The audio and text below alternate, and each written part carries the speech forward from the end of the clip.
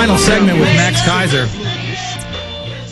Max, a lot of people are asking me, what happens if the dollar does die? Someone's got $100,000 in the bank, and then the dollar just collapses, and we go to another currency. I mean, do they get anything? Is it just, wheelbarrows worth of money, worth nothing, and we got to start all over again? They're taking everybody's house. What will happen? So basically, what will happen is you'll have $100,000 in the bank. They'll replace it with a new currency, and you'll have $100,000 of that new currency. Mm-hmm. You go to the store, and the day before you paid $5 for a loaf of bread, but today you're paying $15 for a loaf of bread. So it shows up in prices. The quantity of the money you have, it'll be the same, except the prices will be triple, because that's what happens when you devalue the currency. Look at the history of Argentina. Look at the history of Zimbabwe. When you devalue the currency, the prices, it takes more of that currency to buy the same stuff. So your purchasing power collapses, is what we're talking about. Mm-hmm. So your buying power's over with. Well, I've got this money in my pocket. How, you can't have my money. I'm not going to give you my money. I'm not going to take any different kind of a money, That's not the way it's done. The money itself is devalued, and when you go to buy stuff, the prices are double, triple, quadruple. So everything's going to cost more. It's devalued. They have to devalue. The dollar is no longer competitive on the world markets. It's being artificially supported by the creation of more debt. So the dollar is backed by debt, not backed by trade. The economy is made up of consumption, which is using borrowed money to consume stuff, and military. Those are the two main components of the American economy. Americans are donuts and guns. That's the American economy. Now, it's all fueled by borrowed money, and that borrowed money spigot is being cut off. Mm-hmm. And the creditors of America are saying, we don't want your dollars anymore. And we're saying, well, the only way we can do that is by revaluing this currency. And the easiest way to revalue the currency is to issue a new currency, which has a new relationship to the other world currencies. So the dollar will lose an incredible amount of its value against other currencies, like the Norwegian krona will be worth more because they've got oil, for example. Gold would be worth more because it's actually got value, a storehouse of value. The U.S. dollar would be worth a lot less. If you're holding U.S. dollars, you're the chump at the poker table. People should get out of debt, and they should diversify out of U.S. dollars. They should have other currencies, including gold. And this way, when they come in and they devalue the currency, they're not going to get hurt as badly. It's a way to protect yourself. What happens against what has to be done? What happens to the money that we owe China then? I mean, they've loaned us, as far as I know, trillions of dollars. What happens to that debt? Well, the debt. What happens with China is that as the dollar gets devalued, China stops lending. Stops the lending spigot.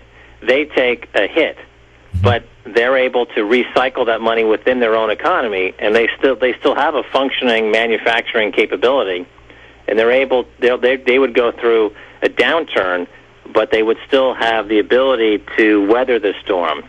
Whereas in the U.S., because we've outsourced all of our manufacturing, and the economy is now at one point up to 45% of the entire economy is just comes from Wall Street, comes from the financialization of the economy. Once you blow that away, you're left holding nothing. So then the U.S. has no competitive ability to compete. So the world will go. Everyone goes through a downturn, but the question is who comes out the other side of the downturn with something intact. Just like what happened in World War II, it was a world war. When it was over, the U.S. was left standing tall because its infrastructure wasn't bombed. It had 20,000 tons of gold, the biggest gold supply in the world.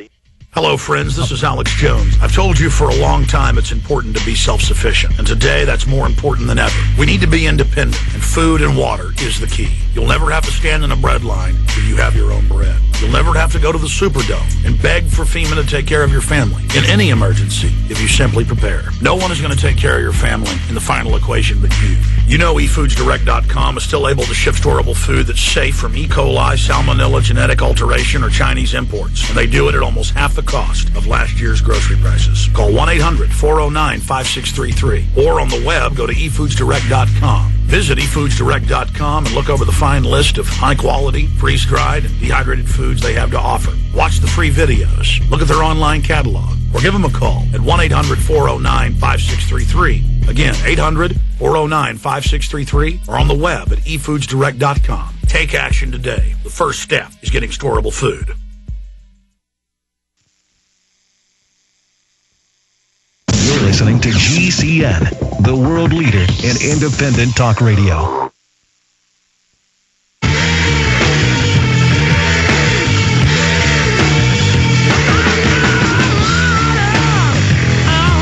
right, we are back, and we coaxed Max Keiser to stay over for one more 5-minute segment. So I guess, in closing with what you were saying, who's going to come out on top in the global market scale after this crisis? Who is going to be number one?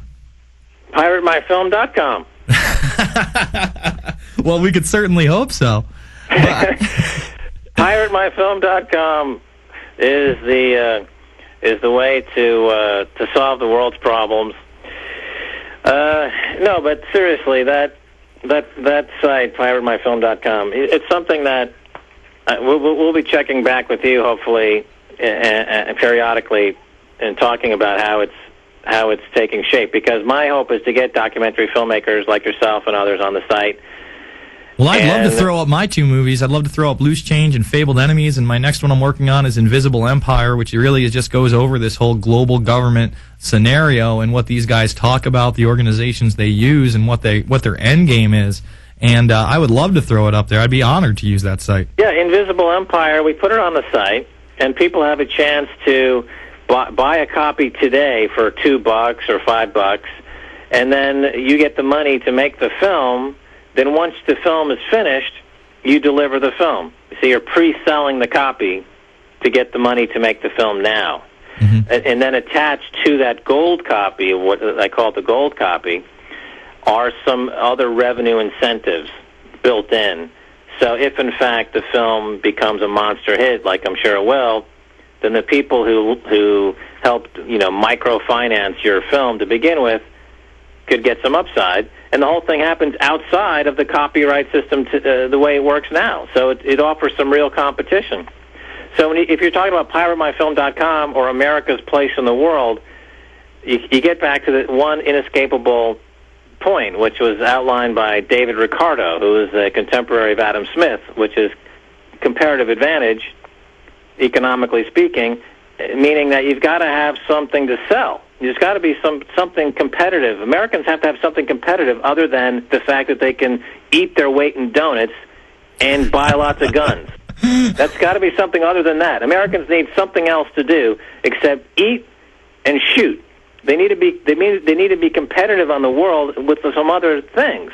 Because right now, after 30 years of having the U.S. dollar as the world reserve currency, and having the military, the U.S. military, open up bases all over the world and shoot anybody who's a competitor, basically.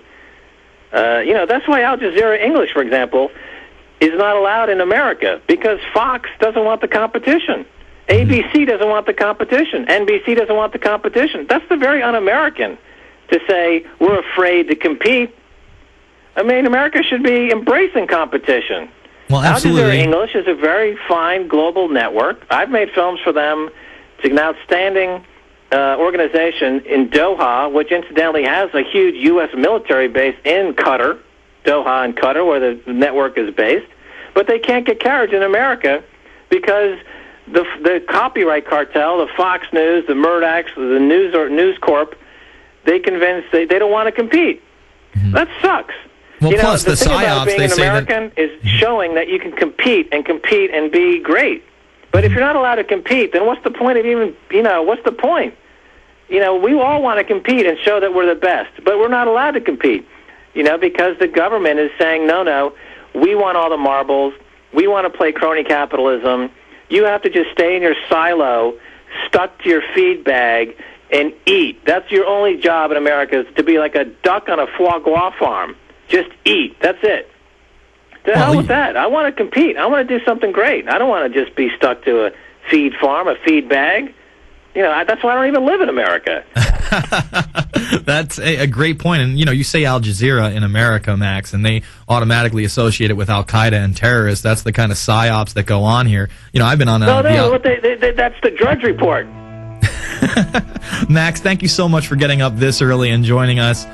Max Keiser, he's more dangerous than Al-Qaeda.